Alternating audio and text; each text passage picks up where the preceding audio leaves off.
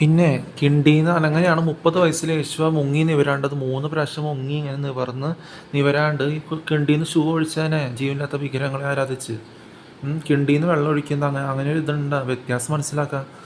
അപ്പോൾ അങ്ങനെയുള്ളവരും പിന്നെ കുറേ ഞാൻ പറയാം ഹിന്ദിക്കാർ, ഞാൻ പറയാം യു ആർ ഫണ്ണി പേഴ്സൺ, ഞാൻ വാക്ക് പറഞ്ഞില്ല, you are great person build up ടീ ഹാപ്പർ സെക്സ്കിലിനെ.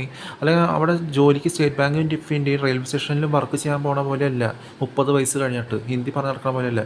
കൊങ്കണി പോർച്ചുഗീസ് ആ ഇംഗ്ലീഷ് കേൾക്കുമ്പോൾ ആ രീതിയിൽ വളർന്നതാണ്, അവിടെ ഹിന്ദി പറയിപ്പിക്കണല്ലേ. അപ്പോൾ അവിടുന്ന് അടിത്തട്ട് കാലും കൈ വളർന്ന് ഇങ്ങനെ എല്ലാ ഒരു വ്യത്യാസങ്ങൾ അറിഞ്ഞ് വരുന്നത് വ്യത്യാസമുണ്ട്. കാരണം 30 വയസ്സ് കഴിഞ്ഞ് എവിടെ നിന്നോ ഹിന്ദിയും മലയാളം തെലുങ്കും പഠിച്ചുകൊണ്ട് കുട്ടിയും ബീഡിയും വലിച്ച് അവിടെ ഹിന്ദി പറഞ്ഞ് ജോലി ചെയ്യണ പോലെയല്ല, മനസ്സിലാക്കുക.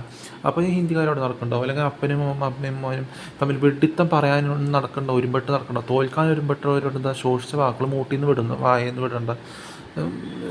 അറിവുള്ള വചനങ്ങൾ വരണം പകരം മൂട്ടിൽ നിന്ന് വിട്ടുകൊണ്ടിരിക്കും. തോൽക്കാൻ ഉറപ്പിച്ച് ഒരുമ്പെട്ട് വന്നിരിക്കണവർ തമ്മിൽ തമ്മിൽ കുഴിച്ചാടിക്കണവരാണ്. തമ്മിൽ അവർക്ക് റെസ്പെക്റ്റ് ഇല്ല. അവറുകൾ ചവറുകളെന്ന് നിങ്ങളെന്ന് പറയുന്നത് തമ്മിൽ റെസ്പെക്റ്റ് ഇല്ലാണ്ട് ജീവനില്ലാത്ത ആരാധിച്ചും കഴിച്ചും ശോഷിച്ചത് പറഞ്ഞും മൂട്ടിൽ നിന്ന് വിട്ടും.